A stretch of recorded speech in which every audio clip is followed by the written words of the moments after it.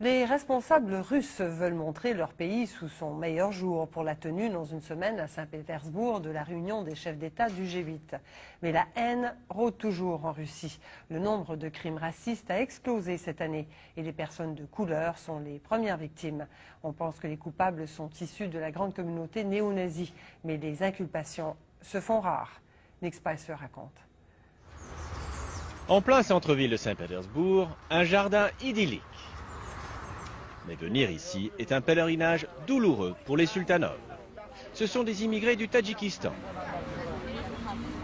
Il y a 2 ans, des skinheads ont chassé leur fille d'ici avant de la poignarder à mort.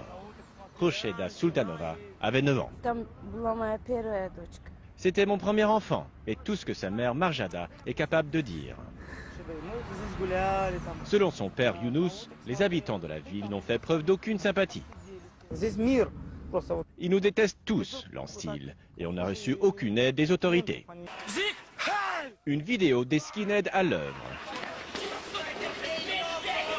C'est la chasse aux étrangers, en plein jour, dans les rues de Saint-Pétersbourg.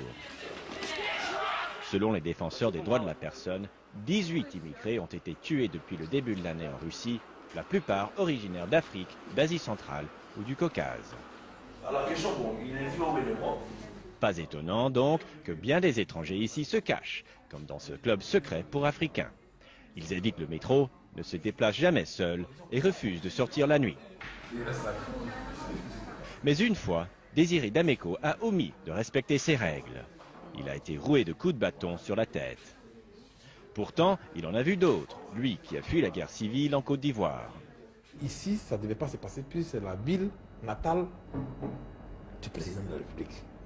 En principe, on devait être en sécurité. Et tout cela se passe dans une ville où l'on commémore la mort d'1 million d'habitants tués pendant le siège par les nazis allemands.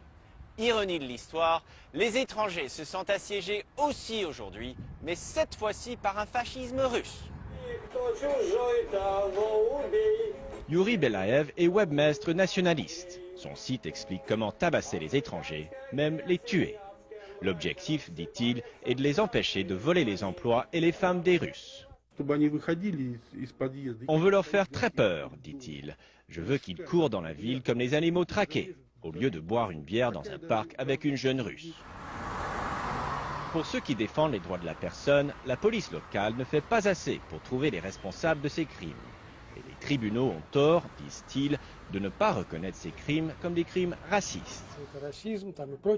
Certains vont même jusqu'à affirmer que le président Vladimir Poutine pourrait mettre fin à ces violences du jour au lendemain.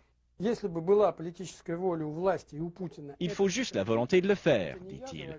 Mais Poutine laisse aller afin d'orchestrer la répression pendant les prochaines élections, quand cela pourrait bénéficier à ses alliés politiques. Mais les stratégies électorales n'intéressent guère Désiré Dameco. Sa seule stratégie à lui, c'est la survie. Il veut quitter la Russie. Le Canada est une destination possible, peut-être même son pays d'origine, malgré les risques d'une guerre civile.